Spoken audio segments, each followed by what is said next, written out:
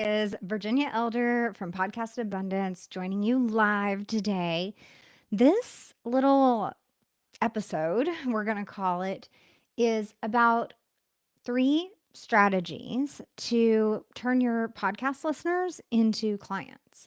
There are a few very specific changes I've asked clients to make over the years and that I've made in my own podcast that really turned the whole client acquisition thing up a notch.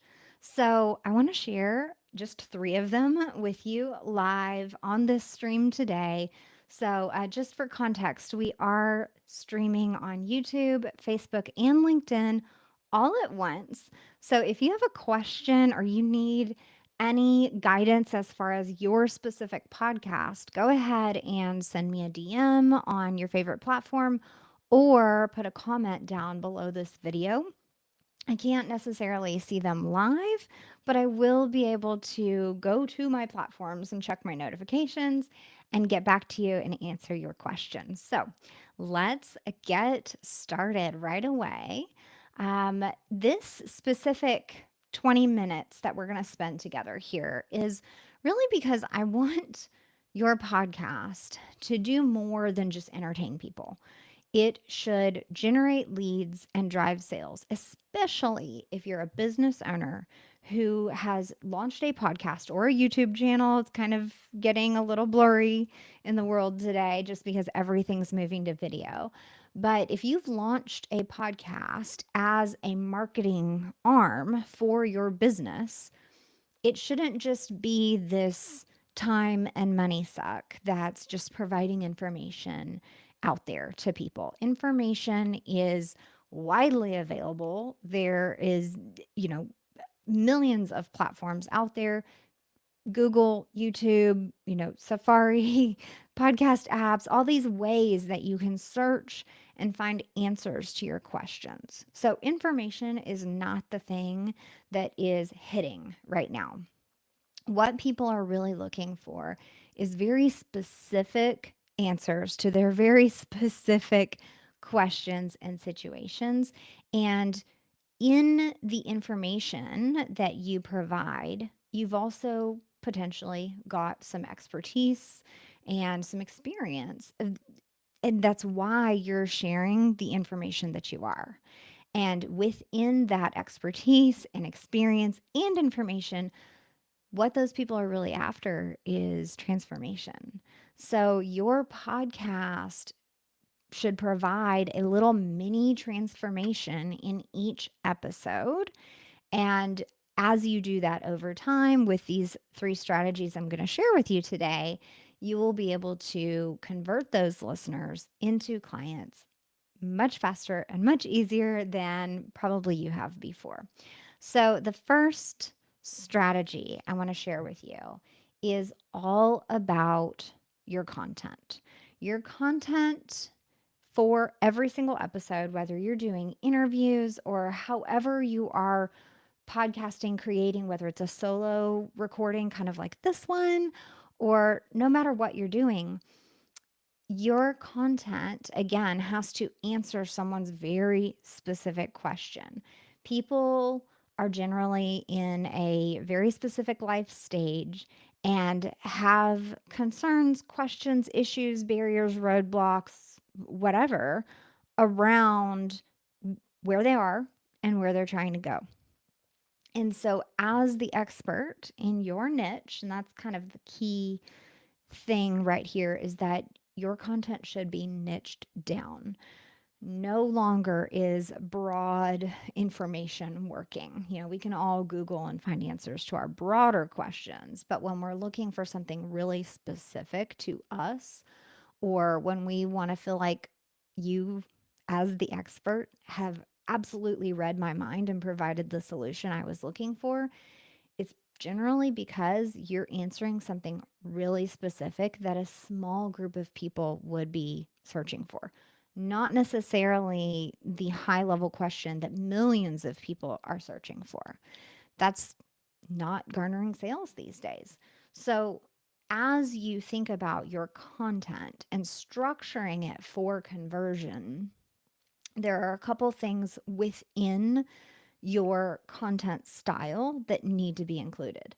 For one, at the very beginning of your episode, you have at most 90 seconds to hook somebody in and hope that they stay for 5 minutes, 10 minutes, 20 minutes, or longer.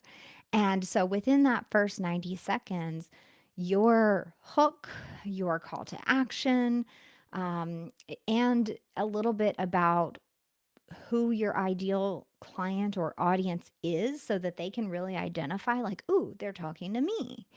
And we're also listening for, in the first 90 seconds of your episode, why you're the expert, why I'm listening to you at that moment. So, for example, today you stopped scrolling and are listening to me because I run a podcast production agency and I have for over 5 years. And we've very specifically been serving financial professionals.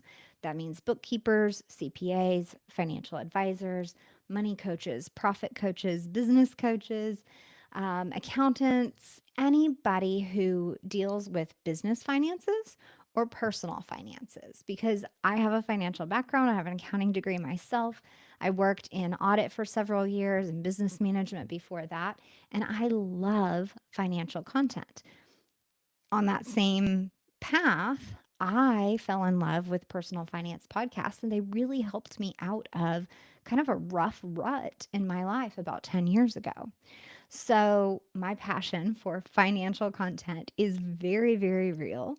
And I love to produce it. And I love to help those who may be considered a little bit stiff or a little bit awkward on camera. Because let's be honest, financial professionals have a reputation for being a little bit distant or rough around the edges as far as the friendliness that they can exude on camera. And I love helping people through that because I believe in the power of financial content. So that's why you're here listening to me today. So, in the first 90 seconds of your episode, you've really got to have that hook, have an authority statement of yourself, identify the ideal listener that you want to be speaking to, and have a call to action all in 90 seconds. If possible, I would love to see that done in 30 seconds, which a few clients actually have pulled off, and it's really made a difference on their shows. So, structuring your content for conversion. So, let's pretend that you're doing interviews for your podcast. That's the type of show that you want to provide.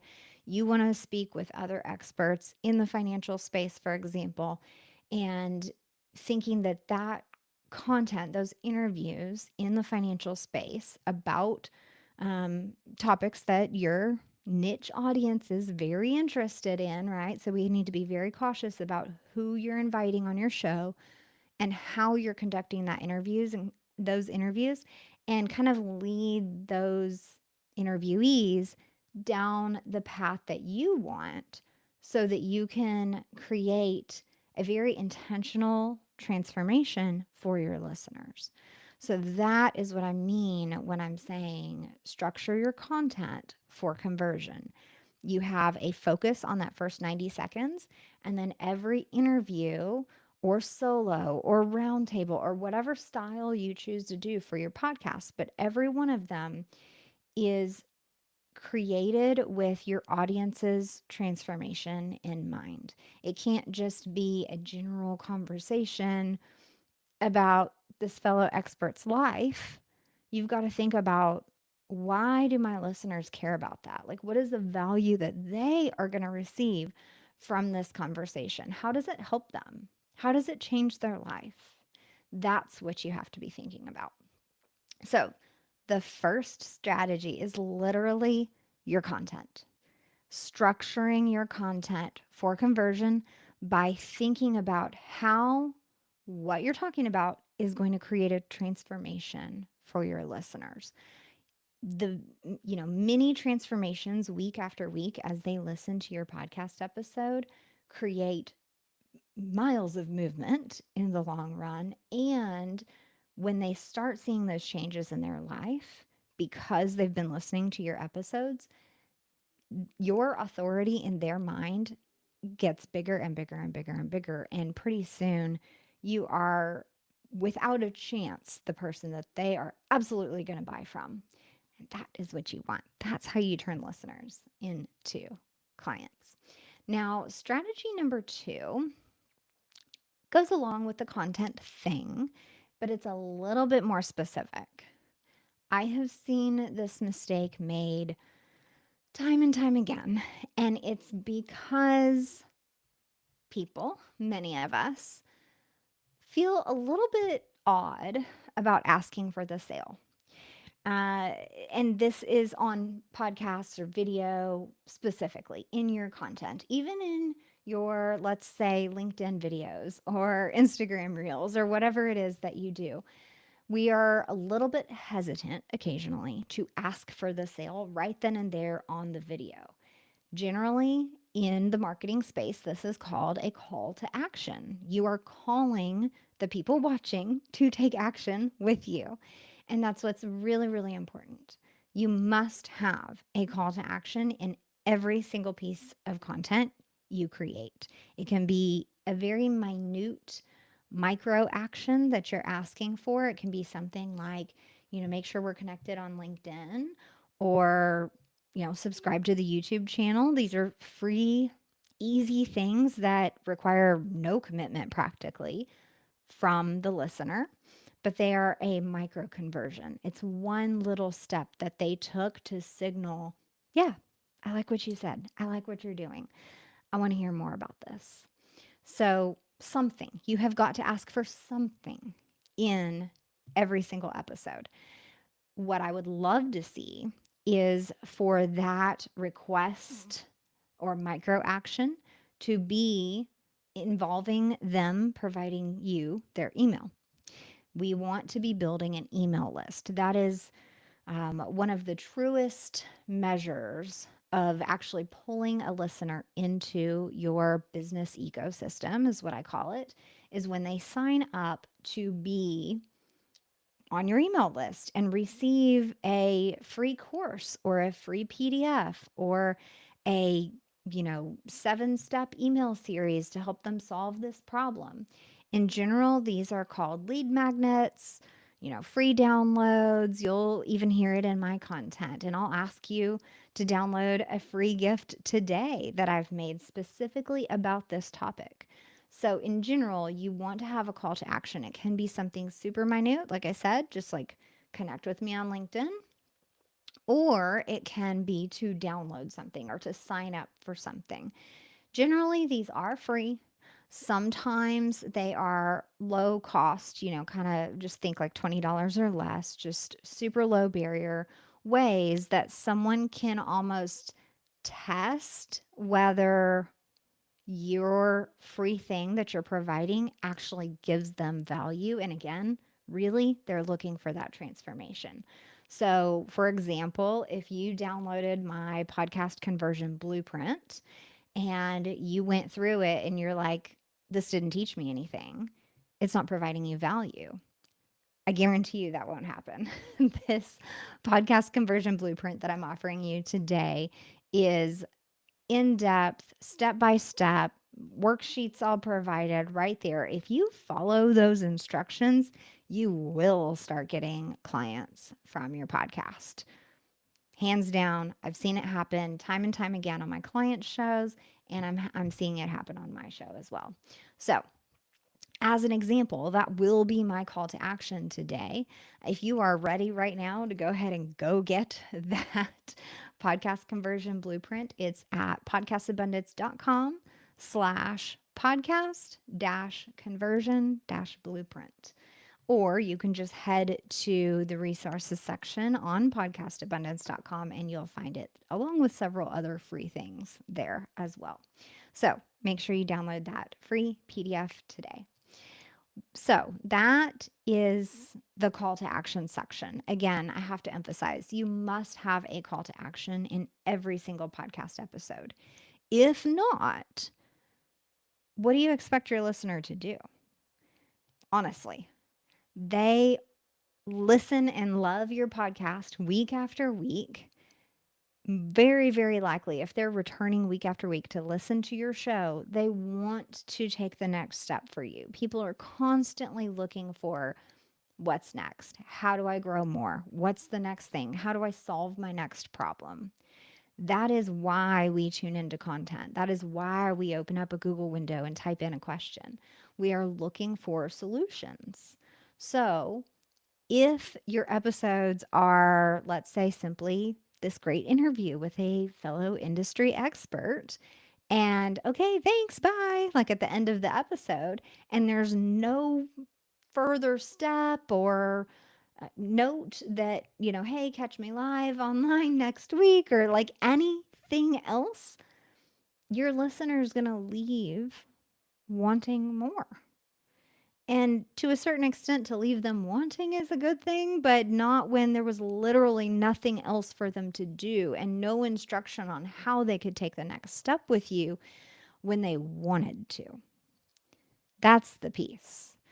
People generally, if they are following your show, listening week after week, hopefully engaging with you on your social media or, commenting on your YouTube channel or whatever it is, they want to take the next step with you. They want your freebie. They want to be on your email list. They want to find out when your next sale is or when your next launch is or that you're writing a book or whatever it is. They want to know.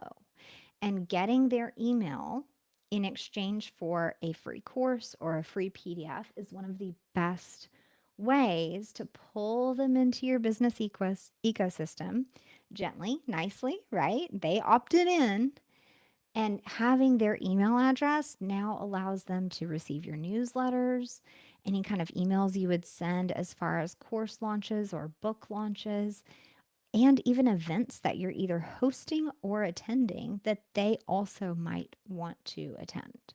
So, you must have a call to action. I cannot emphasize that more. That is the second strategy to ensure you start turning listeners into clients.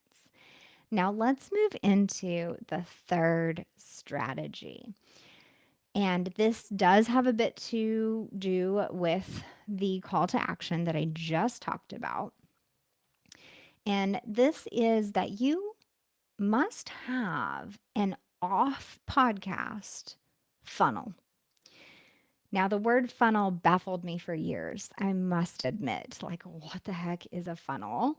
And, of course, I picture like the physical funnel that my dad used to use when he was changing the oil in our cars. And like, that's what I would think of. And I was like, what the heck is a business funnel?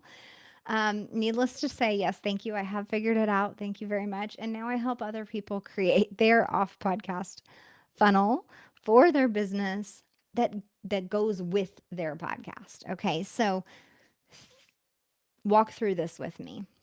As you host your podcast, whether you're on YouTube and doing video or whether you're only creating an audio podcast, there's no good way for listeners to engage directly with you on that platform.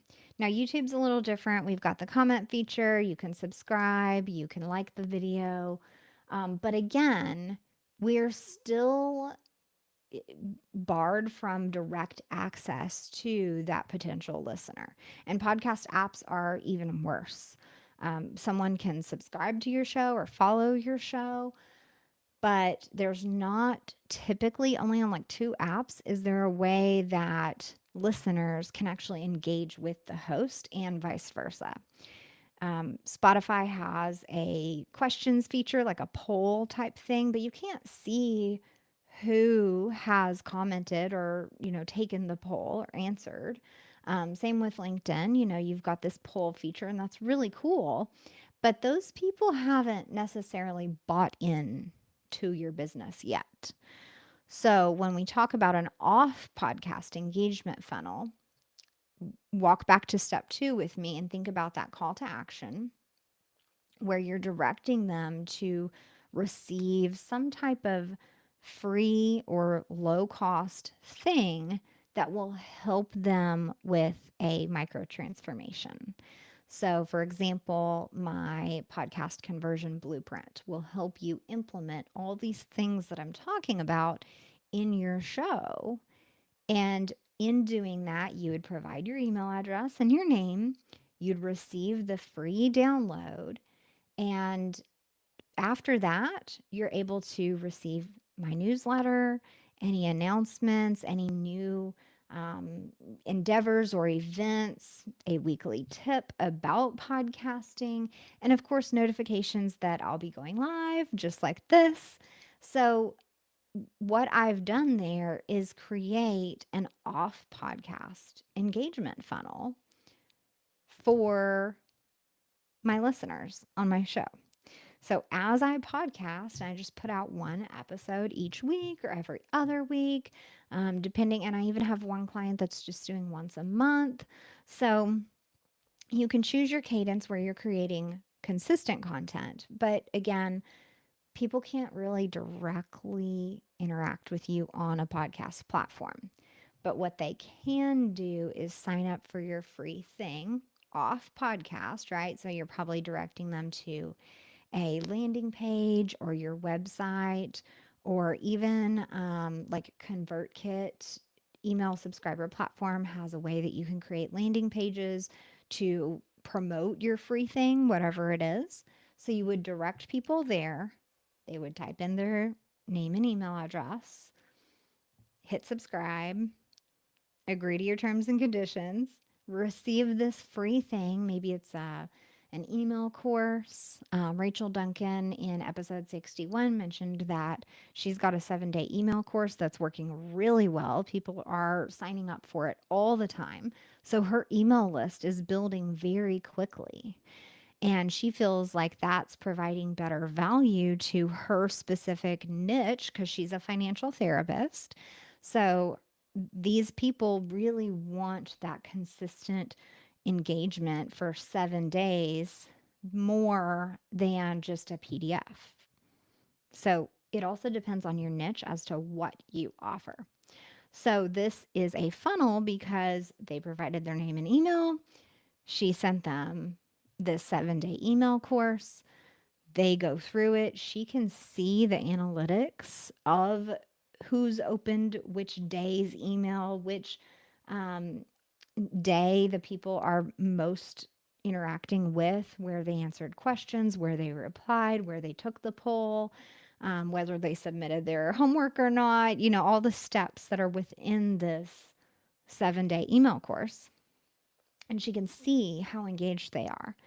After they receive that email course, then they get dropped over into her standard email list. So they can receive her welcome sequence, announcements, events, and an invitation to her money healing club.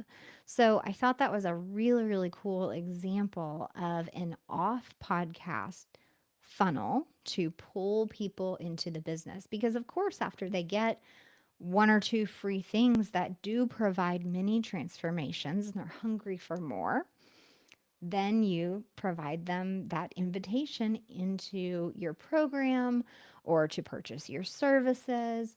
So these are great, simple examples of ways that you can create this off podcast funnel and provide them a free thing, give them a little time to work through it, nurture them with emails and messages in the meantime. Typically, welcome sequences are 5 to 7 emails, and it allows them to warm up to you, get to know you. It allows you to give examples of ways that you've helped people like them solve their problems. So, testimonials, reviews, things like that are really great to put in those emails. And then, of course, eventually you want to just offer them your stuff. So, whether you want to offer them a mini course and work up to, like, let's say a 10K package that you have, that's fine. Sometimes it works to just go ahead and offer them your big thing, like whatever service or package that you have, go ahead and offer that after they've done the free thing, received the welcome sequence, and they're probably ready to go if they're still in your system, if they haven't unsubscribed. This is also, speaking of unsubscribers, a great way to filter your ideal client so that you aren't offering and trying to sell to people who really aren't aligned with you and who don't want your service that you sell. Maybe they downloaded your free thing and they just don't jive with it. Maybe the language that you use in your email course or your free PDF just doesn't connect with them. That's okay. They're going to unsubscribe, move on. Great. Then you don't get stuck on a sales call with them because only your ideal people that identify well with you will stick around and schedule that sales call. So, that is step 3 to converting listeners into clients. So, we talked about your content and structuring your content for conversion with a very specific set of events within the first 90 seconds of your episode, 30 seconds if you can. Thinking about your content throughout your full episode, whether it's interviews or whatever style you choose to do, and thinking about how you can tailor that to provide a mini transformation within each episode. And then we talked about your call to action. Something I didn't mention about a call to action is I want to hear it twice in every single episode. If you don't have a call to action in the first 90% of your episode and only mention it as you're closing out, most people are never even going to hear it. There's some really high percentage, I think it's like 80% or something, of people who don't listen to that little end minute or two of your episode. So that closing that you work so hard on and where you typically provide your call to action, most listeners don't even hear it. So you want to bump that up a little bit. Make sure that there is a call to action somewhere, whether it's in your intro, whether it's in like a little commercial that you made, inserted into somewhere in the first 20% of your episode, because that is where the highest percentage of listeners will actually hear that call to action. So that's why I want to hear your call to action twice in every single episode. One time in the first 20%, and then one time at the end. Then step 3 is to create that off podcast engagement funnel. So we talked about your call to action, offering a lead magnet, getting their email address, and welcoming them gently into your business ecosystem. So, again, thank you so much for being here. Our time is closing. If you have questions about this, if you want to speak with me directly about how to create any of these things that I talked about today, just send me a message, drop a comment right below this video. I would be happy to help. And like I said, do not forget, if you want help implementing anything I talked about today and converting listeners into clients with your podcast, I want you to download the podcast conversion blueprint at podcastabundance.com. So I will drop the link below this video on each platform that we're on right now, that we're live streaming on. In the meantime, I want to see you again next week on Tuesday at 10 a.m. Central. So that's Tuesday, the 22nd. I will be live again. And what we will be talking about next week is 5 podcast mistakes that are costing you listeners. So, again, been podcasting for a very long time, been managing financial podcasts for over 5 years, have helped hundreds of creators with their websites, their podcasts, their YouTube channels, all the content possible. And I have seen some very consistent mistakes that make listeners go away. So you don't want that. So join me next week on Tuesday at 10 a.m. Central, right here where you found me this time. And I will share those 5 podcast mistakes. Thank you so much. Talk to you next time. Take care.